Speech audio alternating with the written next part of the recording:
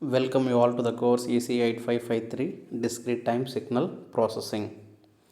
This lecture is completely about linear filtering and specifically for overlap save method. So what is the linear filtering? Okay, when performing convolution between two sequences, and if one of the sequences is very long and other sequence is too short, then the basic linear convolution will not be effective. Then we need some other tools to do that. That is nothing but linear filtering, especially for real-time examples. If I consider a speech signal, if I convert into discrete signal, then that signal will have n number of samples. It is not like only 4 or 5 or 6. It will have nearly thousands and thousands of samples. That time it is very hard to compute the convolution between x of n and h of n, and that too it will not become effective. So we are moving to the linear filtering. There are two methods of linear filtering. One is overlap add and overlap save method. This lecture we are going to discuss about overlap save method. Overlap save is the traditional name for an efficient way to evaluate discrete convolution between very long signal and a finite impulse response of h of n. Okay, already I mentioned, if any one of the sequences huge, it means that number of samples are high, and for other samples it has only less number of samples. That time we should go for either overlap save or overlap add method. What are the steps to be followed to compute y of n by using overlap save method? First, find the values of n, m and l, where n is nothing but length of x of n, m is nothing but length of h of n, l is nothing but block length, that is nothing but l should be greater than or equal to m. We should choose the value of l, okay, based on the value of m. This is your step number 1. Next, step number 2, choose the value of l, that is based on the m value, and equate number of samples in x of n and h of n are same. For example, if x1 of n is having 5 samples, h of n also should have 5 samples. Then step number 3, split the split the long sequence x of n into a smaller sequences x1 of n, x2 of n, x3 of n, x4 of n, and so on so, based on the block length. Okay, this is how we have to split the x1 of n. Consider x of n is having this many number of samples.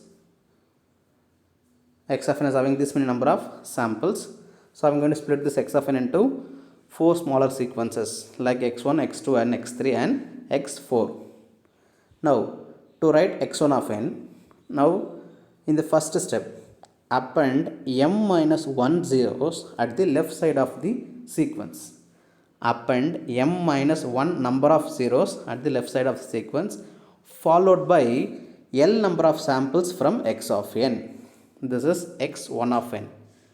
To get x2 of n, take m minus 1 samples from previous sequence x1 of n, followed by add another l number of samples from x of n. And similarly for x3, take m minus 1 number of samples from x2 of n, followed by take another l samples from x of n. And similarly for x4, take m minus 1 number of samples from the previous sequence and add l number of samples from x of n. This has to be continued till x of n completed. This is step number 3. Coming to step number 4, find the circular convolution between x1 of n and h of n, x2 of n and h of n, x3 of n and h of n, x4 of n and h of n, and so on. So if there are another sample x5, another sequence x5, we should go for x5 of n circular convolution with h of n, and so on so. We have to find individual output of these sequences y1, y2, y3 and y4. Now merge this all y1, y2, y3, y4 in such a way that since we added m minus 1 number of zeros at the front, we should eliminate m minus 1 number of samples from each output. that is from y1, from y2, from y3, from y4, from y5 and so on. So we have to simply eliminate m minus 1 number of samples from each output sequence and write the remaining samples continuously. That is your final output of your y of n. This is also called as sectioned convolution. Since we are sectioning x1 of x of n into x1, x2, x3 and so on, so it is called as sectioned convolution. Now we'll take an example and elaborate how to proceed this overlap save for two sequences x of n and h of n. For an example, here I consider x of n is equal to 1, 2, minus 1, 2, 3, minus 2, minus 3, minus 1, 1, 1, 2, minus 1, and h of n is equal to 1 and 2. Find the y of n using overlap save method. If I say x of n, it has huge number of samples compared to h of n. Now the basic linear convolution method will not be effective, so we are moving to overlap save method. Now count the number of samples in x of n assigned to the variable n. Here n is equal to length of x of n, that is nothing but 12, and m is equal to length of h of n, that is nothing but 2, and this is the first step. Okay, then the second step is find the value of L. We know that block length, in the procedure I mentioned, the block length should be greater than or equal to m. It is up to the student perspective. They can go for either minimum of 2, they can go for maximum number. Okay, so here L is greater than or equal to m, the value of m here 2, so for an explanation purpose I took L is equal to 3, that is block length. This is step number 1. Okay, next step number 2, upon L minus 1 number of zeros in h of n. Okay, here the value of L is 3, 3 minus 1 is 2, so we have to append 2 zeros in h of n, that I have did here. H of n is equal to 1 comma 2 is a given. I add another 2 more zeros at the right side. Now we'll go for this splitting x of n into x1, x2 and so on. So okay, we know the procedure to split x1, x2. In the first step, x1 of n is equal to, initially we should add m minus 1 number of zeros. In our problem, the value of m is equal to 2. Then go for 2 minus 1, that is only 1 zeros at the first. Okay, followed by we should take L number of samples from x of n. L is nothing but 3. Then take first 3 samples from x of n and place it here. This is how we have to write x1 of n. While coming to x2 of n, I mentioned in the procedure, take m minus 1 number of samples from the previous sequence, that to last m minus 1 samples. Here m is equal to 2, minus 1 is nothing but 1. We have to take 1 samples from the previous x1 of n, the last 1 samples. So take this minus 1 and place it here. For example, if m minus 1 is 2, then we have to take this 2 samples and place it here in the order 2 comma minus 1 and so on. So hope you understand. In our problem, the value of m minus 1 is 1, so I have taken only 1 sample from the x1 of n, followed by next L samples. Already I have taken the first 3 samples. Now go for the next 3 samples, 2, 3 and minus 2, and place it here.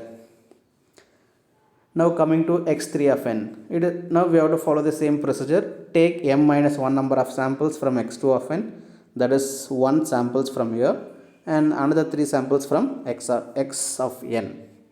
To write x4 of n, take 1 sample from x3 and take 3 samples from x of n. To write x5, take 1 samples from x4 and another 3 samples from x of n. Since I don't have any other samples in x of n, simply I can keep 0, 0, 0. Okay. Now the next step is we have to perform circular convolution between x1, h1 h of n, x2 h of n, x3 h of n, x4 h of n, x5 h of n. Now the first step in the circular convolution, here I have did y1 of n is equal to circular convolution between x1 of n and h of n. We are very familiar in the last lecture. We know how to do the circular convolution between two sequences. Just proceed. So this is x1 of n and this is h of n, and multiply these two sequences. I will get this output sample for the first section, -2, 1, 4, 3. Similarly, for circular convolution between x2 of n and h of n gives -5, 0, 7 and 4. And third section is giving 0, -7, -7, -1. And fourth section is giving -1, 3, 4, 3. And fifth section is giving -1, -2, 0, 0. So far I have completed till step number 4. Step number 5, I have to merge all the output to get complete y of n. In the procedure I have mentioned, discard m minus 1 number of samples in each output sequence. M minus 1. Here m is nothing but 2. 2 minus 1 is 1. I have to eliminate only one samples from each output sequence y of n in the left side. Okay, since we added 0 at the left side, we have to eliminate samples at the left side. So I have to eliminate this -2, -5, 0, -1, -1. Then take the remaining samples. 1, 4, 3, 0, 7, 4, -7, -7, -1, 3, 4, 3, -2. Then if I add 0 at the right side, I can eliminate, or even you can keep, nothing wrong with that. That will no way going to affect your results. Okay, this is your final output sequence of y of n, that is 1, 4, 3, 0, 7, 4, -7, -7, -1, 3, 4, 3, -2. If I count the number of samples, this sequence is having 13 number of samples, which is nothing but n plus m minus 1 number of samples. Here the value of n is equal to 12, m is equal to 2, and 12 plus 2 minus 1 is 13 number of samples. Here we performed a linear convolution with the process of overlap save method. Okay, and this is a practice questions for the students. So in the first question, h of n is equal to 1, 1, 1, and x of n is equal to -3, -1, 0, 1, 3, 2, 0, 1, 2. They are asking us to find the y of n using overlap save method. And if I count the number of samples in h of n is 3 and x of n is 10. Okay, now the value of n is equal to 10, the value of m is equal to 3. Now you can choose the value of L, that is the block length. The L should be greater than or equal to m. Now it is up to us, either we can go for L is equal to 3 or L is equal to more than 3. And the problem number 2, so once again they given h of n is equal to 1 and 2, and x of n is equal, they given so many samples. I think we don't have any other issues in this problem. It is very simple, similar like our example problem. Hope you can solve this. Thank you.